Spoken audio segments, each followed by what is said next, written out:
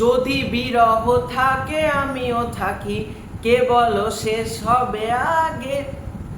এই গানটা আমাদের সকলের খুব প্রিয় গান, কোক স্টুডিওর গান। আশা করি যারা আমার থাম্বনেল থেকে এই ভিডিওতে ক্লিক করেছো তোমাদেরও প্রচুর পছন্দের গান কোক স্টুডিওর লং ডিস্টেন্স লাভ।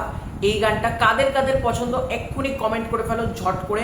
আজকের এই ভিডিওতে রকস্টার নিয়ে আমরা আলোচনা করব, মেগাস্টার শাকিব খানের ছবি রকস্টার, সেটাকে নিয়ে কথা বলবো। তার আগে ছোট্ট অনুরোধ করব, তোমরা প্রত্যেকে গোটা ভিডিওটা একটু মনোযোগ সহকারে দেখো। তোমাদের যদি ভিডিওটা ভালো লাগে কি করতে হবে তোমরা জানো, আমি আর বলছি না। তো চলো ভিডিওটা শুরু করা যাক। প্রথম কথা হচ্ছে, আমাকে প্রচুর সাকিবিয়ানরা ফেসবুকে মেসেজ করেছো যে ভাই রকস্টার ছবির ট্যাটুর বাজেট কত, এটা নিয়ে একটু কথা বলো। সোশ্যাল মিডিয়াতে তো শোনা যাচ্ছে 15 লাখ টাকা, তুমি কিছু বলো। দেখো, আমার কাছে এক্স্যাক্ট বাজেট সম্পর্কে সত্যি কোনো আপডেট নেই, তাই আমার কাছে যতক্ষণ না কনফার্ম আপডেট আসছে আমি তো দিতে পারবো না। আর সোশ্যাল মিডিয়াতে যে আপডেটগুলো ছড়াচ্ছে সেগুলোকে আমি রিউমার বা বাজ হিসেবে বলবো না। আগে একটু কনফার্মেশন পাই আমি কত বাজেট ট্যাটু, সেটা নিয়ে কথা বলবো। তবে এক্স্যাক্টলি মেগাস্টার শাকিব খানের পুরো বডিতে ট্যাটু থাকতে চলেছে এই খবরটা আমার কাছেও রয়েছে। এটা গেল ট্যাটু সংক্রান্ত আপডেট, এবং ট্যাটু নিয়ে আলাদা করে কথা বলার মতন কিছুই নেই, কারণ যখন লুক আসবে তোমরা তখনই মজাটা পাবে। আগে থেকে আমি ট্যাটু নিয়ে যদি রিভিল করতে বসি তোমরা সেই মজাটা আর পাবে না। তাই আমি বলবো একটু অপেক্ষা করো, যখন আরও পোস্টার্স আসবে, টিজার আসবে, গান আসবে, তখন তোমরা উড়ে যাবে, এটুকু তোমাদেরকে বলতে পারি আমি। এবার যদি রকস্টারের গানে আসি, রকস্টারে কিন্তু গান গাইতে চলেছেন স্বয়ং অঙ্কন কুমার, বাংলাদেশের কোক স্টুডিওর বিখ্যাত গায়ক যিনি। এবং অঙ্কন কুমার স্পেশালি আমার খুব পছন্দের একজন গায়ক।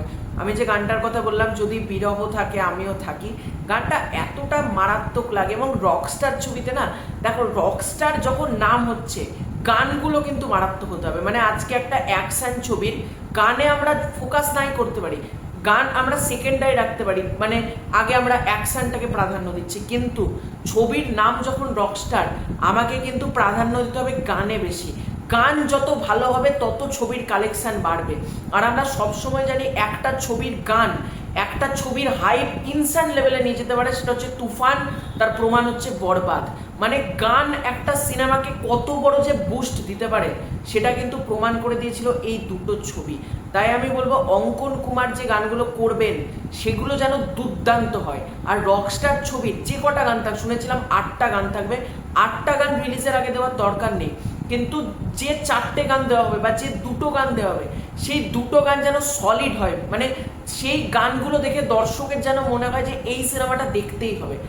সেটা সাকিবিয়ানদের কথা বলছি না, সাকিবিয়ানরা তো সিনেমা হলে যাবেই, যারা নিউট্রাল অডিয়েন্স তারা যেন গান শুনে বলে আমি সিনেমা হলে যাব। এটাই কিন্তু রকস্টার ছবির পাওয়ার হবে বলে আমি মনে করি।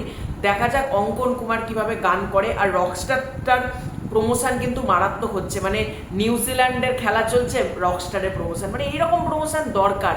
আর রকস্টার ছবি নিয়ে মারাত্মক এক্সাইটেড আছি আমি। দেখা যাক, ছবিটাকে নিয়ে প্রচুর আশা রয়েছে।